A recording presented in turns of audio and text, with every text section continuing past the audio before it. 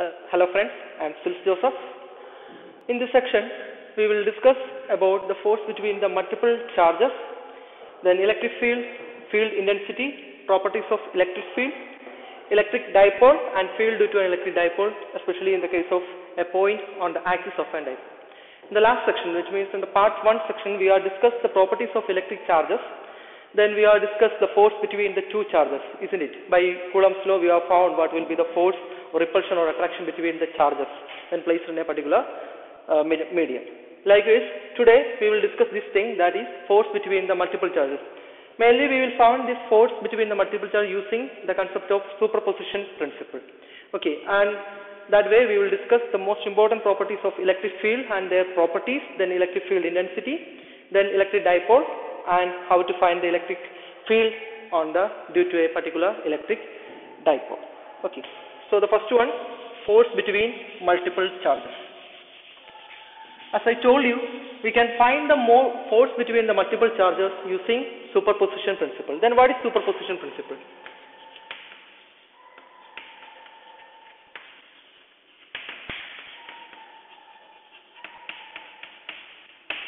See, if you want to add two or more same type of physical quantities, in that case we will use this particular concept, superposition principle.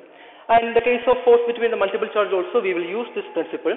For an example, just consider we have n number of charges. Let's consider Q1, Q2, Q3, then Qn. Let we have a system of charges from 1 to n. Okay. Then if you want to find the net force acting on this particular charge Q1, for that particular case, we will use this superposition principle. We know that according to Coulomb's law, force acting on a particular charge will be directly proportional to the product of the charges and inversely proportional to the square of the distance. And also one thing is there, we have noticed that there will be no effect on this particular charge, force on that charge due to the presence of other charges, isn't it? So in that manner, we will calculate the total force, the net force acting on Q1 due to the other remaining charges. Okay. So for that purpose, you can consider the displacement vectors from each individual charges towards Q1. Just take Q2. We can consider the displacement vector acting from Q2 to Q1. We can represent it as R21 vector. Clear? Similarly, from the charge Q3, the displacement can be represented with the help of displacement vector R31. Why it is R31? Because the displacement vector is from charge Q3 to Q1. And for the case of n, if there are n number of charges are there, then for the case of Qn, it will be represented likewise, and the displacement vector for that case will be Rn1 vector. Clear? So these all are the displacement vector we have, R21, R31 and Rn1 if there are n number of charges. Then each individual charges will give a particular force on this charge. For the time's sake, we can consider all the charges are of same type. Let's consider all are of positively charged. Let's consider it as positively charged ones. So definitely there will be a force of repulsion. So due to the charge Q2, Q1 will experience a force of repulsion, and that force will be along the line that joining the two charges, isn't it? So you can represent the force acting on Q1 due to Q2 in this direction, that can be represented as F12. Clear? Similarly, for the case of charge Q3, the force will be acted in this direction, and that can be represented as F13. Similarly, for the nth one, it will be in this direction, that will be equal to F, can be written as F1n. So you can see for the charge Q1, there are a total of n number of forces are acting, F13, F12 and F19. So we want to know the net force acting on this charge Q1. So for that particular case, we can use this superposition principle. Superposition will say that the force, net force acting on the charge Q1 due to the other charges will be the vector sum of individual force given by the charges remaining in that system. Clear? which means we can calculate the force. We know the relation for finding the force between the two charges, isn't it? That's by Coulomb's law, that is F is equal to K into product of charges divided by square of the distance between them, isn't it? This is our general equation there, and that manner we can find the force acting 1, 2. The force acting on charge 1, Q1 due to Q2 will be equal to proportionality constant K into Q1 times Q2 divided by the displacement vector. What is that? R21 square. Clear? Similarly, for the case of F13, it will be equal to K into Q1 Q3 R31 square. Clear? And for the nth one, that is F1n, it will be equal to K into Q1 Qn divided by Rn1 square. Clear, no? So it's a vector in nature, so we can represent its direction also. So for the case of F12, what will be its direction? Its direction can be represented as the help of unit vector R21 cap, and for F13 it will be R31 cap, and for the case of F19 it will be Rn1 cap. So here we have the value of forces with their directions. Clear? So according to superposition, let's consider F1 be the net force acting on the charge Q1 due to the other charges. That can be found as the product with the vector sum of the individual forces, which means F1 will be equal to sum of F12 plus F13 plus the total number of charges. Here we have taken Qn, so it will be F1. So this will give you the total force acting on that particular charge due to the presence of other charges present in that particular system. Clear? So the total force of system can be found by the help of superposition principle, that will be equal to the vector sum of individual force taking place on that charge with respect to the other charges present in that medium. Clear? So along with this one, I just want to include one more thing, that is equilibrium of a charge. What is equilibrium of a charge? What do you mean by equilibrium? Simply like a stable one, isn't it? So equilibrium of charge means, just consider you have three charges, the present as Q1, Q2 and Q3. We are taking a test charge Q there. And if you want to say the charge Q is in equilibrium, then definitely the force acting on this particular charge Q due to this Q1, Q2, Q3 must be 0. Are you following that one? Which means if the net force acting on a charge is said to be 0, then we can say the charge is in equilibrium. So let's consider, we are taking the Q1, Q2, Q3 be the charges there. Let's consider F1 be the force acting on Q1 and F2 be the force acting on Q due to Q2 and F3 be the force acting on Q due to the presence of Q3 charge. Clear? If we take the vector sum, that is the net force F1 plus F2 plus F3, if their sum equals to 0, then we can say that the charge Q is in equilibrium state. Clear? So if the net charge acting on a charge seems to be the net force acting on a charge seems to be 0, then we can say the charge is in equilibrium. Clear? Okay.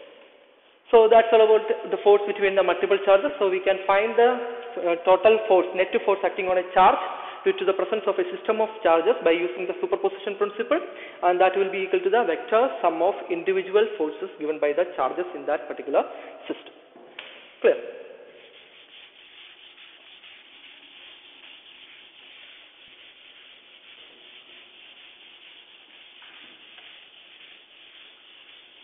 Now we are moving to the second part of our section, that is electric fields.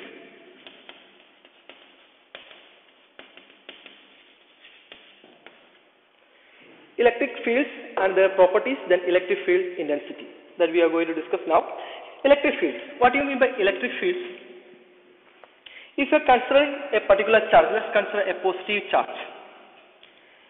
the regions around or the space around this charge, there will be some type of effect of force will be there. If you bring any other charges, if you bring a positive charge to this particular space, just consider there is a space is there around this particular one.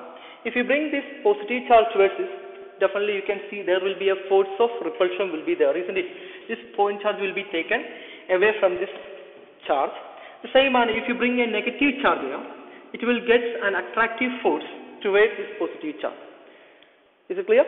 So, in that manner, we can conclude into the terms of electric field, that is the space around a charge in which any other test charge experience a force of attraction or a repulsion. Which means if you are bringing a charge, let's consider a test charge, we are considering a Q0 charge and we are considering a point charge Q, then the field around Q in which Q0 experience a force of attraction or repulsion is called electric field. Like magnet, we are saying magnet, there is a particular field limit is there around the magnet, isn't it? Likewise, for the electric charge also there is a field limit is there, and the space or the region around that charge is called electric field. Clear? So the charge that we are considering, the point charge, is known as source charge.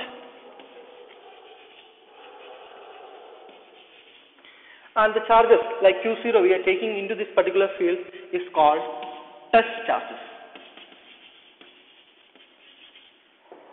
Source charge and test charge. Source charge can be a point charge or a group of point charge or a continuous distribution of point charges. Okay, you can consider one charge here or a group of point charges there or a continuous distribution of point charge. Like a linear one dimension case, you can say that linear distribution, or if you want to say in two dimensional case, then you can say spherical, surfacial distribution, then volumal distribution. Okay, 3D case. So in that manner you can consider the source charges. Test charge, usually we have positive charge and negative charge is there, isn't it? But for the sake of the explanation and all the things, we will consider the test charge always as positively charged ones. Okay, so from now onwards, if I say if you want to consider a test charge, you just think that the test charge is positively charged one. You can do it with negative charge, but for the sake, we can consider it as positive charge. So test charge always considered as positive charges. Okay. Then one more thing, the direction. Okay, direction of electric field lines. We know that the charges are of two types. Positively charged one is there and also negatively charged one is there, isn't it? Two types of charges are there. If you want to say the direction of each charge, then definitely you can bring this idea. You can bring a test charge into this particular charges. So definitely they will experience a force due to the electric field. And the direction in which this test charge moves, that will be the direction of the electric fields of these charges. Clear? If you bring a positive charge to this one, what happens if you bring a test charge? Definitely it will experience a force of repulsion. So we can say that the field lines of positive charges will always radially outward. Clear? So the field lines of positive charges are always directed outward. Same manner, if you consider a negative charge and if you bring a test charge, definitely it will experience a force of attraction, which means the field lines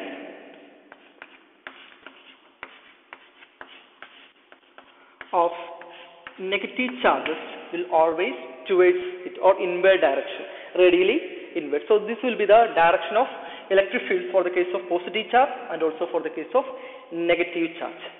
Clear? So this is about electric field concept. Source charge and test charge, I think it's clear.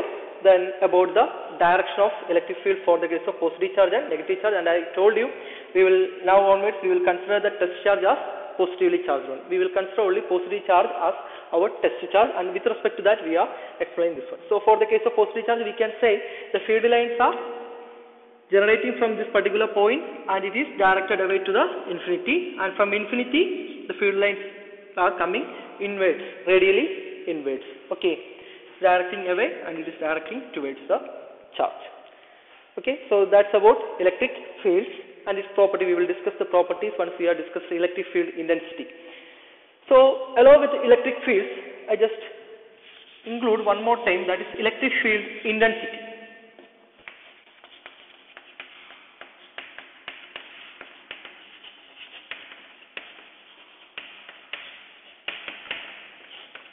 an important concept represented by the letter E. Okay? So electric field intensity means it's the magnitude of force acting on a particular unit positive charge placed at a particular point around a charge, source charge. Clear? It is a magnitude of force acting on a unit positive charge at a particular point in an electric field.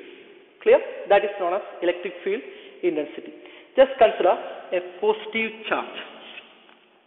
And the distance of r, you just consider a point P. Clear? We are considering a positive charge and we are considering a point along its radiant direction. We are taking a point P at a distance of r from the positive charge. Clear? If you want to find the electric field intensity at this particular point, you just bring a test charge. Let's consider we are bringing a charge Q0 and the charge of this particular should be Q. Okay, positive charge seems to be Q and this is Q0, our test charge. So according to Coulomb's law, the force, what happens there? Definitely it's a positive, so there will be a force which acts away from each other in the line joining the two charges. This will be the force direction. So the force acting on that particular charge will be equal to proportionality constant K, Q times Q0 by the distance, square of the distance, that is R square. Clear? According to electric field intensity definition, as I told you, it is the magnitude of force acting on a unit charge. Unit charge means we can consider Q0 as 1 coulomb. Clear? It's a unit charge concept. So this relation will change to F equals K into Q divided by R square. So this will give you the definitions of electric field intensity. So for instead of F, we can represent it as E equals K into Q by R square. So this is the electric field intensity at the point P due to the charge Q. Clear? The magnitude of force experiencing on the point P in this particular field of capital Q charge. So when you see this relation, you can say two things, that is E. You can see E is directly proportional to the charge Q, the point charge that we are considering. If more the charge, more will be the electric field intensity. And other thing, that is E is inversely proportional to R square, isn't it? Which means if the distance is more, then definitely electric field intensity will be less. So less the distance, more will be the electric field intensity. So that's about electric field. Electric field intensity is equal to K into Q by R square. Clear? By the definition itself, one more time we can simplify this relation. F is equal to K Q0 by R square. If we divide this F without test charge Q0, it will be equal to K Q by R square, isn't it? Which is similar to our electric field intensity relation, that is E is equal to K Q by R square. So we can replace this, we can equate this one that manner, we can write E equals F by Q0. So another important relation for finding electric field intensity, that is E is equal to F by Q0, and there F is the force acting on that particular point due to the point charge. Clear?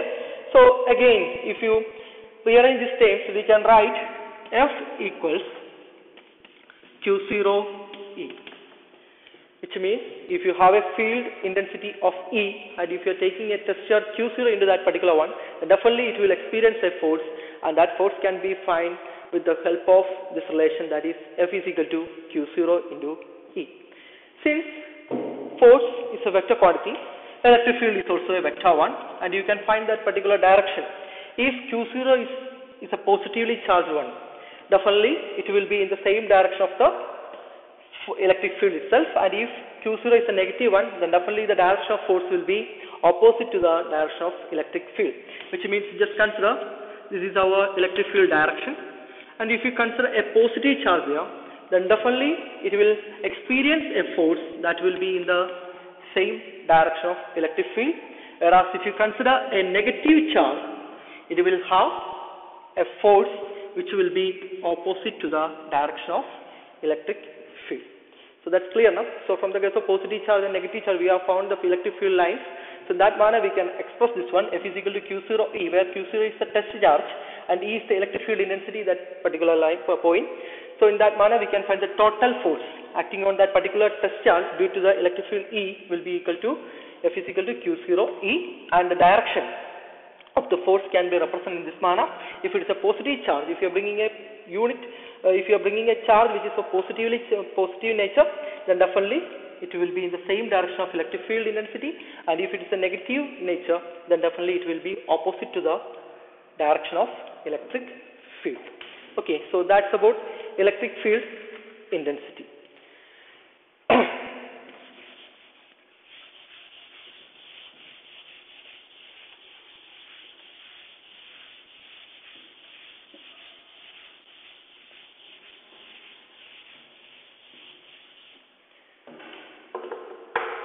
Now we are just going to check the properties of electric fields. So electric fields, we know that if any material when wrapped, it will get charged, isn't it? For a charged material, definitely it will have an electric field around it, isn't it? In order to represent it in a diagrammatic manner, we need some special imaginary lines, and that lines we are calling it as electric field lines. Are you getting? In order to represent the electric fields in a diagrammatic manner, we require some type of imaginary lines. That lines are called electric field lines. Electric field, the concept of electric field lines and all other things are given by Michael Faraday. So he is the founder of behind this electric field lines and all other things. And using this electric field lines, we can represent the direction and magnitude of that particular electric field of a charge. Clear?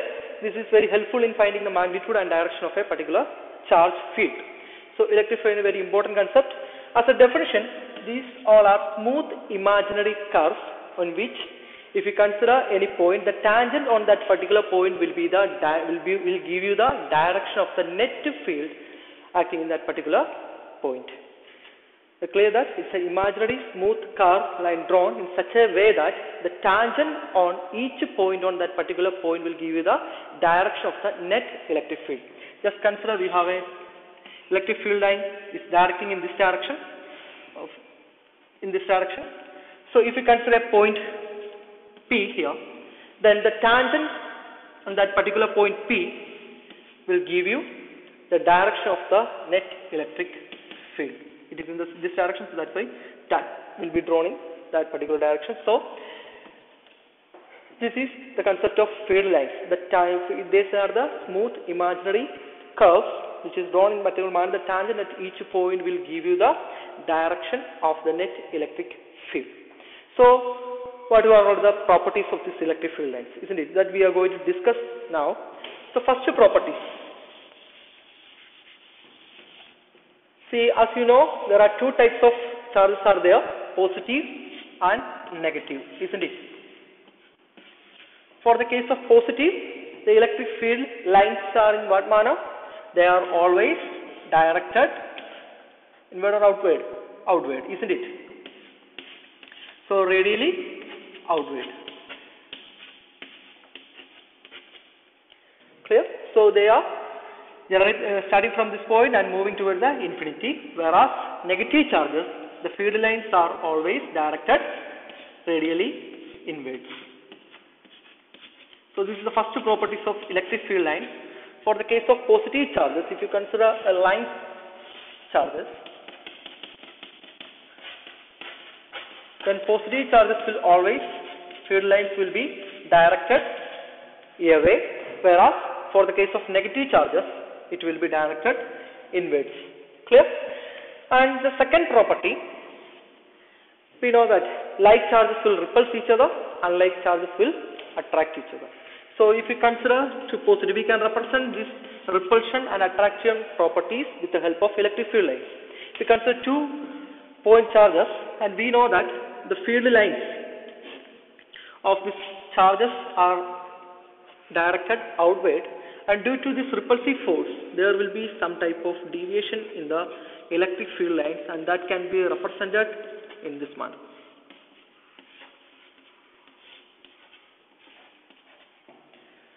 So with the help of this figure, we can represent the repulsion between the like charge with the help of electric field lines. And the case of unlike charges like plus and negative, two charges are there, the field lines can be represented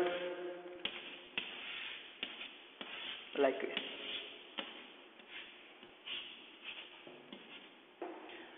So this is the second property. We can represent the repulsion and the attraction properties with the help of electric field lines, and in all cases from the positive charge field lines are accelerating outwards, whereas in the case of attraction and negative charges the field lines are always directed inwards. Clear? So these are the two properties of electric field lines. Now the third one, that is electric field lines cannot never seen as a closed loop, which means you can't see any charge field lines in this manner, which means it is starting from a particular point and coming back to the same point, which is making a closed loop. You can't see such a nature of electric field. Electric field cannot form any type of closed loops. That's the third property of electric field lines. So that's the third one. Now the fourth one. The fourth property of electric field lines are the electric field lines will not intersect each other. You can't see two field lines intersecting each other. Just consider E1 and let it be E2. So just consider just 1 and 2. Two electric field lines, and they are intersected here. So just consider point P. So for this particular point P, in this direction of field line, you can represent one tangent, and that will give you the direction of electric field in that particular point. And if you represent the tangent in this direction, then this will be the direction of electric field for the point P along 1. So you can see for one point you have obtained two directions. It is not possible in the case of a vector quantity, because electric field is a vector quantity, only one direction and one magnitude. So it is against the rule. So you can't say electric field will intersect each other. So intersection of electric field will not take place in case of electric fields. You can't see any intersection of electric fields. Now the fifth one. If you consider a conductor, and if you consider the surface of a conductor, then the direction of electric field of this particular surface will always perpendicular to the surface. Are you clear that? If you are considering this the surface of a particular conductor, then the direction of electric field of this particular surface will always perpendicular. Just consider let it be positively charged surface, then always the field lines will be perpendicular to this particular surface, and that will be directed away. And if it is a negative charged surface, then definitely the field lines will be perpendicular, that will be directed inwards. That's the fifth property of this particular field line. Then the sixth one,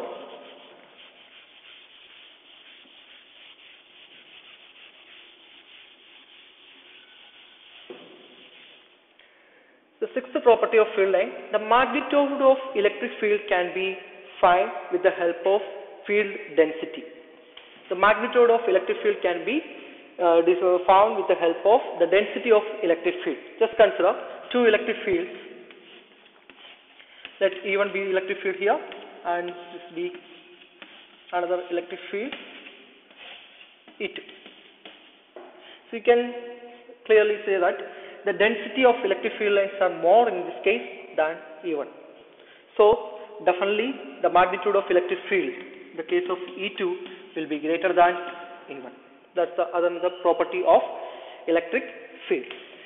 And the last one, electric field, that is, if the field lines are represented in this direction, then we can say they are uniform, which means there is no difference in the direction or magnitude. They are called uniform electric field. And if there is any difference in their distance, then definitely there will be a change in their magnitude, and that will be the non-uniform electric fields. Clear? So these all are the 7 properties of electric field. As we have discussed, for the case of positive charges, all the electric field lines will be directed outwards radially from that particular charge. For the case of negative charge, they are radially inwards. And if you place 2 positive charges, then there will be a repulsive force will take place and field lines will be directed away. And for the case of positive and negative charge, they will from the positive charge, field lines will arise and it will come and it will join the negative charge, hence in negative charge. And closed loop field cannot be seen in the case of electric charges, which means the charge will arise from one point and the same point it will come. Likewise, no effect will be there in electric field lines. Then fourth one, intersection of field lines will not take place. 2 lines now will not intersect each other. Then fifth one, that is for the surface of a conductor, the field lines will always perpendicular. Then for the case of sixth one, that is magnitude of electric field can be found with the help of the density of field lines. Then uniform electric field line and non-uniform electric field lines. Clear? Okay. So that's about our third section, that is electric field properties. Now we are going to the most important part of our section today, that is electric dipole.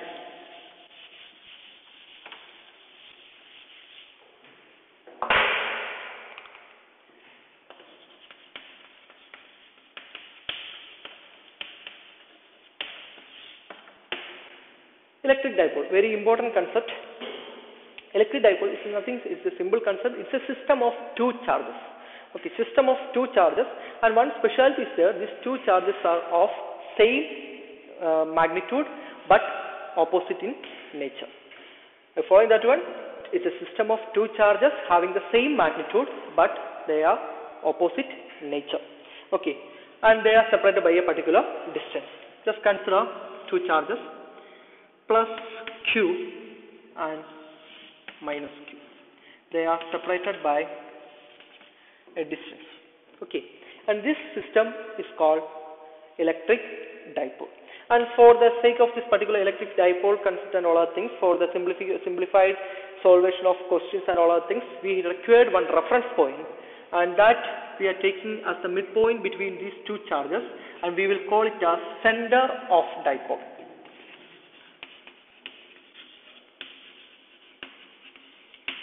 So this is, we are calling as the center of dipole, and the line joining these 2 charges are called dipole axis. Dipole axis, and the perpendicular line which is passing through this center of dipole is called equatorial line.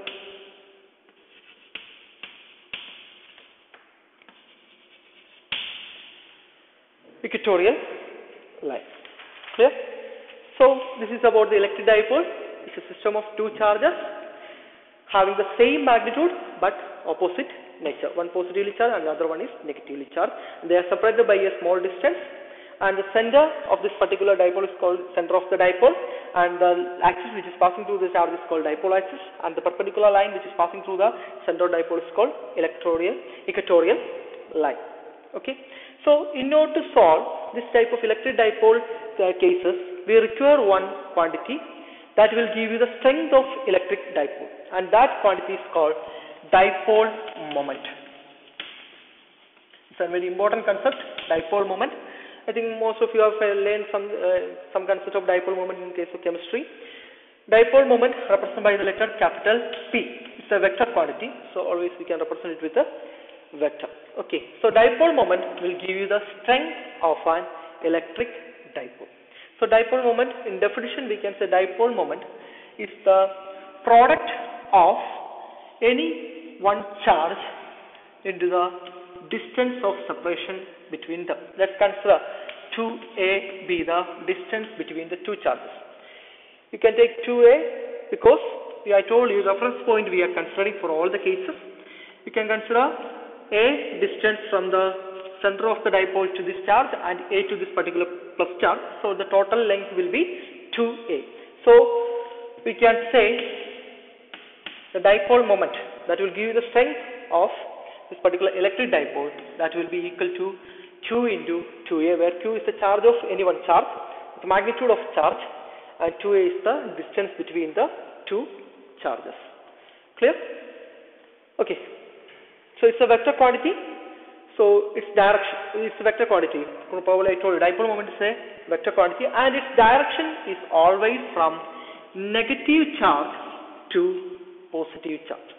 Very important one for the case of dipole moment. Dipole moment will always direct from negative charge to positive charge. Then some examples are there. I think some HCl, H2O. These are all examples for showing this dipole moment concept and dielectric dipoles. And you can say that they are always showing permanent dipole moment is there. So they are examples for polar molecules. I think you may learn that in polar molecules and non-polar molecules. Polar molecules are those which are showing the permanent dipole moments. Okay, so that can be found with the help of this relation P is equal to Q into 2A. So that's about electric dipole. Now using this electric dipole concept, now we are going to find the field due to an electric dipole in somewhere on the dipole axis and also on the equatorial line. In today's section, we will discuss how to find the electric field due to an electric dipole at a particular point on the axis of the dipole. Clear? Okay. So that's our next portion.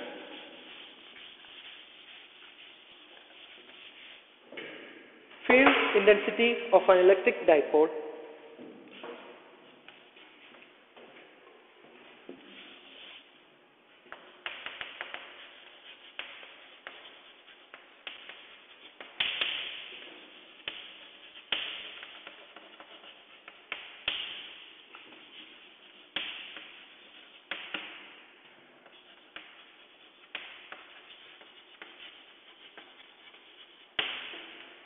Field intensity of an electric field at a point on the axis of a dipole. So for that we can consider a electric dipole. Let minus Q and plus Q. So they are separated with a distance of 2a, and let it be the center of dipole. So two charges, and their charges are minus Q and plus Q. They are separated by a distance of 2a, which means a from O2 plus Q and a from O2 minus Q. And the direction of dipole moment, and we know that what is the dipole moment? It will give you the strength of the electric dipole, that is P equals any one charge into the distance of separation, that is 2a. And its direction will always from negative to positive. So you can represent the direction of P in this one. Here minus charge is here, that's why it is representing that one. Now we are considering a point in the axis of this particular electric dipole. Let's call it as A. Now you have to find the electric field intensity at this point A due to this electric dipole. Let this A be at a distance of R from the center of the dipole. Told you we are considering a reference point for the electric dipole, that is the center of the dipole, and from the center of the dipole R distance we are considering, and at that point we are considering our test charge, and we have to find the electric field intensity at that particular point A. So what will be the net electric field? Definitely using the superposition principle. Again we have to introduce that one. According to the superposition principle, the net field intensity at this point will be the vector sum of the individual fields due to these charges plus Q and minus Q. Clear? So due to this particular charge plus Q, definitely it will experience a field, and that field will be, I told you, test charge you have to consider here, and the test charges are always positive in nature. So you can say the field will be in outward direction, isn't it? The field will be outward, and this field is due to what? Plus Q. So we can represent as E plus Q. Then if you consider the negative charge, definitely the field will be inward direction, isn't it? It's at plus Q, positively charged charge we are considering. So definitely it will experience a field in this direction. So due to the negative charge, it will experience a field that is E minus Q. Clear? Then we can see plus Q is more closer to the point A. So definitely the field acting on this point will be more in the case of plus Q when compared with the minus Q. So definitely the net field will always directed in this direction because plus Q is more closer to the point A. So the field intensity will be more for the case of plus Q. So the net field will be directed in this direction. It's clear, no? Okay. Now we are going to find the field due to this electric dipole at this point A. So for that we can find the individual fields, that is E, I will write from here, E plus Q equals, E plus Q equals what? That's equal to K into, what's the relation? E is equal to K Q divided by R square, isn't it? So in that manner, E plus Q is equal to K into our charge. We are considering plus Q, that is Q divided by distance R. It is from this point to, from plus Q. We are going to consider only this distance. So total this is R and this is A. So what will be this distance? This will be equal to R minus A. So R minus A the whole square. Similarly, E minus Q, that will be equal to K into Q divided by distance, that is R plus A, that is R plus A the whole square. Clear? So the net field, we can say E will be equal to E1 plus E2 by the principle of superposition. Sorry, not E1 plus E2 plus Q minus Q. Clear? The total field.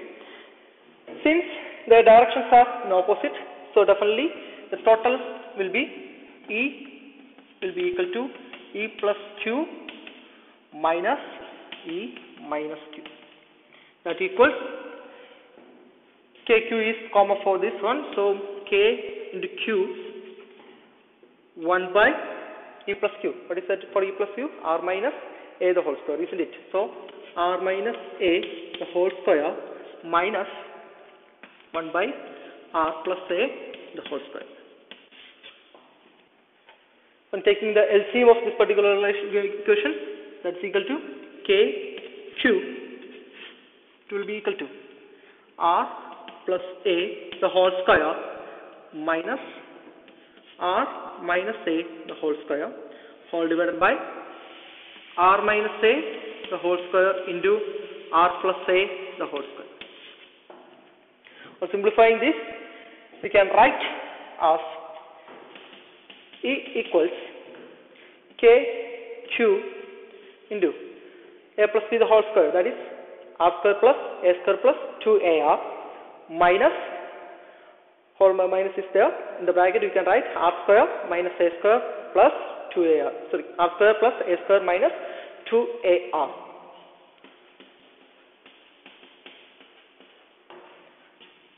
Minus R square plus A square minus 2AR whole divided by R minus A the whole square into R plus A the whole square, that is R square minus A square the whole square,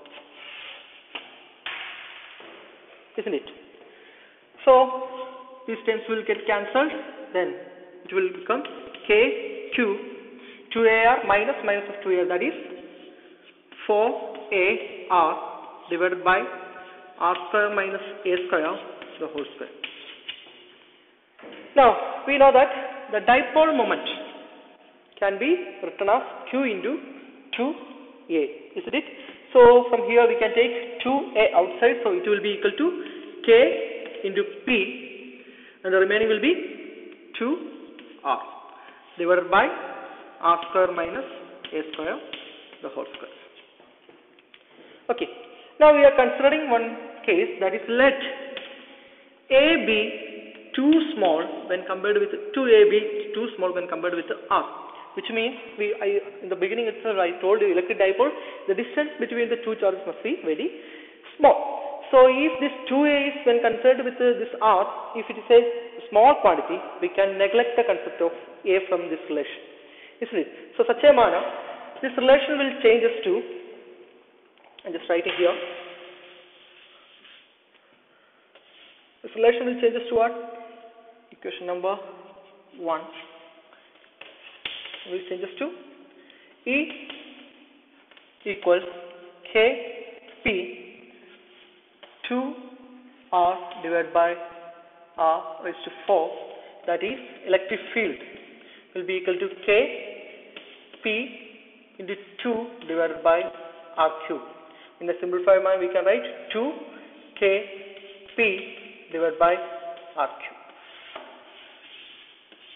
So this is the relation to find the electric field due to an electric dipole, electric field intensity due to electric field dipole on a point on the axis of the dipole. That is equal to E is equal to 2 Kp divided by R cube. Is clear? So you can see the direction. So direction of the electric field, you can see the direction of the electric field will be in the direction of what? This electric field will be in the direction of dipole moment itself, isn't it? So in the case of a point on the axis, the direction of this particular electric field will be always in the same direction of the dipole moment. So you can see this electric field is in this direction. Same manner, dipole moment is also from negative to positive, that is from this direction. So for the case of a point on the axis, the electric field direction will always in the same direction of the dipole moment. Clear? And from this relation you can say two more things likewise. That is E, the electric field will increases with respect to the dipole moment, which means dipole moment can be raised by raising the charge. If more the charges we are using, then more will be the dipole moment. So it is directly proportional to the dipole moment. And other case, electric field is inversely proportional to 1 by R cube, cube of the distance, which means E is inversely proportional to R raised to 3, which means as we move much away from this particular electric field, electric dipole, the field will reduces by a factor of 1 by R raised to 3. So in this manner, we can find the electric field intensity at a point on the axis due to an electric dipole. So in today's section, we have discussed more things. We have discussed about the force due to multiple charges, where we have included the superposition principle there. With the help of superposition, we have found the total force acting on a net charge due to a system of charges in the medium. And then we have discussed about electric field concept, then about the positive charge and negative, how the electric field is directing. Then we have discussed the properties of electric field. Then electric field intensity we have discussed is the force, the magnitude of force experiencing on a unit test charge placed in that particular point. Then we have seen the electric dipole concept, electric dipole moment we have discussed. Electric dipole moment will give you the strength of electric dipole. Then we have find the equation for finding the electric field at a point on the axis of an electric dipole. So in the next class, we will catch you with the equatorial line, how to find the electric field intensity on a point on the equatorial line, and the concept of torque and all other things in the next class. Hope then I'll see you